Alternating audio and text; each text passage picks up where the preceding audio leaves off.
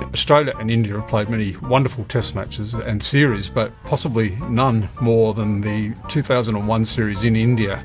If you were to pick one match out of the three in that series, it would be the second in Calcutta. Some test matches meander along and don't go anywhere. Some just have a madcap life of their own all the way through, and this one was one of those. Australia batted first and made 445. Matthew Hayden, who dominated that series, got out for 97, but Steve Waugh made 100. Then Australia bowled India out for 170, and at that stage it looked how far Australia. They'd won the first test, they were well in front in the second. The series was theirs for the taking, and they so rarely won in India. It was going to happen.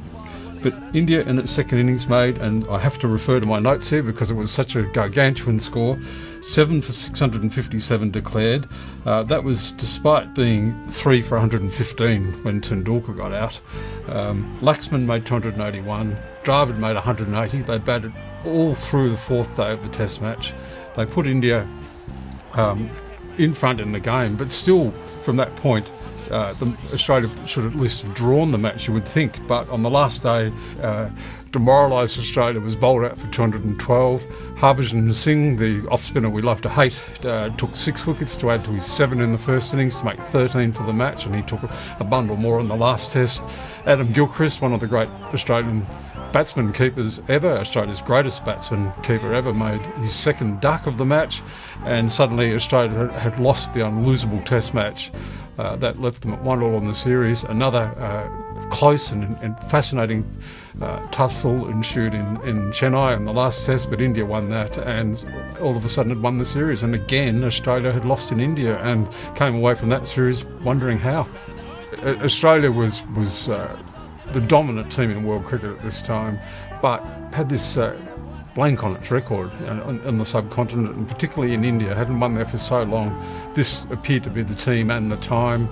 They won the first test in Mumbai comprehensively. Matthew Hayden dominated that match, and it just looked how far Australia at that stage. India were at that stage one of a rank of challenges, but no more than that. And at that stage, it appeared that Australia at last had overcome its bogey in India. But little were we to know.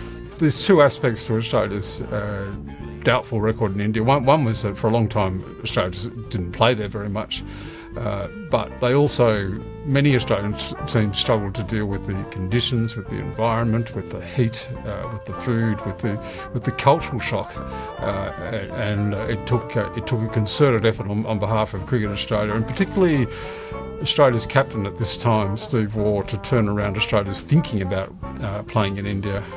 And as I've said previously, that they looked to have ticked all those boxes in this series, and then came Calcutta. So if you want a picture of Austro-Indian cricket and why it fascinates us and why this summer should be so fascinating, it was all there in Calcutta. For a team to come from behind, from so far behind as India did, against the all-powerful Australian team of that time, and win in such extraordinary circumstances, there'll never be another test match quite like that one.